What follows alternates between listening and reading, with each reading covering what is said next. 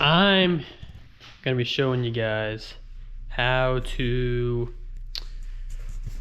get your wideband, your AEM wideband gauge to display on the adaptronic.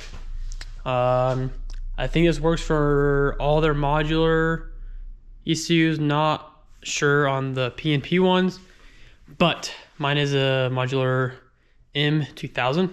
So I'll be showing you guys how to do it. So you have three options. That's a two, that's a three.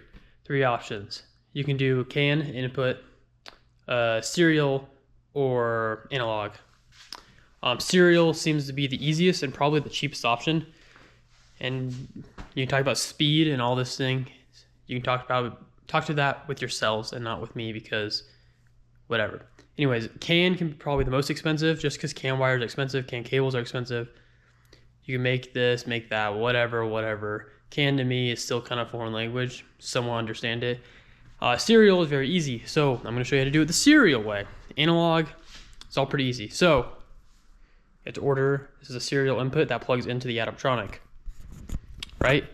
And let me show you the AEM dash side. Okay, so on the AEM, you're gonna have two CAN. So if you want to do CAN, you can do that. These are going to be for your analog, and then this blue one is for your serial. So you're only going to need one wire, because the black one is going to be grounded already, because you have to have the dash turning on. So that one's already grounded, so you only need one wire from this AEM gauge, which is going to be this one right here. And then this is the serial one I was talking about. I'm going to leave a link to it in the description. It's like 20 bucks. And I'm going to show you what you need to do to get this to work. So first things, cut off one end. So cut it off about there, right? And then you're going to see four wires. We got a black, red, and a white and blue. So you're going to want to get that white one in there. So get a razor or wire strippers or whatever and expose the wires. Okay, here's your four. Now you're going to want this white one. Basically strip it and then crimp it, solder it, whatever makes you happy. I'm going to be using crimps, and crimp it to the other one, and then put some heat shrink on her. Okay, once you get the white wire from the serial connector crimped, soldered, whatever, to the blue wire from the AEM gauge, you're going to want to plug in the serial connector into the adaptronic through the serial ports, and I'll show you which one. Okay, so up here on the front, these are going to be your serial connections. It's focusing. Sorry, yeah, it's not focusing very well. But input here, input 1, 2, and then there's our outputs, or that one's an output. You're going to go into input 1, so just plug it into that third one over, and yeah, it should be good from there. All right, we got it plugged in to the input 1, and it's wired up. So you open Eugene. It's going to be an input. It's going to be under O2 lambda sensors. Go to sensor 1. We are going to go to serial only. We're going to be in serial 1 input, and then we're going to go to AEM, and then I think we should be set. I think we're set now. So gauge page, I'm going to assume it should be right there, right? So it's reading 80. That's reading maxed out, so let's start it up and see if it works. Okay.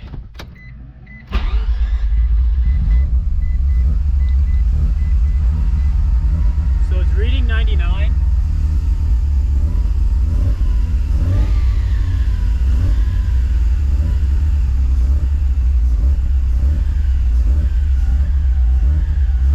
Still reading 99. For some reason I'd had to give it like a minute and then it reads. I read this on a forum, they're having a similar issue. There we go.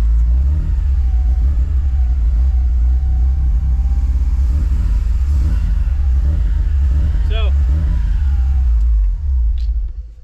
it works now. You just have to give it like probably 20 seconds. Then it pops up on the screen on Eugene. But obviously those AFRs or whatever, the car's not tuned yet.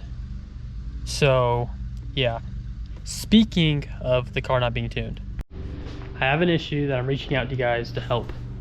Obviously the intercooler is not on. I fixed a whole bunch of things that still haven't fixed my main issue, which is, so I got the motor running from a used 6-port, right? I drove it, I ripped it. It wasn't 100% tuned, but it was 85% there. Like I was ripping on it, it was good, or pretty good. And then I rebuilt the motor. The other one had some wear, so things got replaced and whatever. Motor got rebuilt. Then the old control ring was kind of messed up, so I had to rebuild it again. And that was January I rebuilt it. December was the last time I drove it. And then, so it's been January, now it's July. And I haven't gotten this car running right ever since then. I don't know what it is. The tune, I've messed with it so much, and I don't remember which one was the one I had it running on. I think it is this one, but I can't confirm, which I know is a big mistake on my part. But the car just leans out. Like you hold the gas and it'll just, AFRs will just slowly lean out if you're holding it steady. Drive it, put it in gear, like any sort of load leans out and dies. Like it's super weird. I've gone over the whole fuel system. Like I've gone over to literally everything. Timing's good. Fuel pump. Next video, I'm gonna be installing my Volvo pump on the SC. So stay tuned for that one. And then, yeah, let me know below, comment below what kind of videos you guys want to see. Yeah.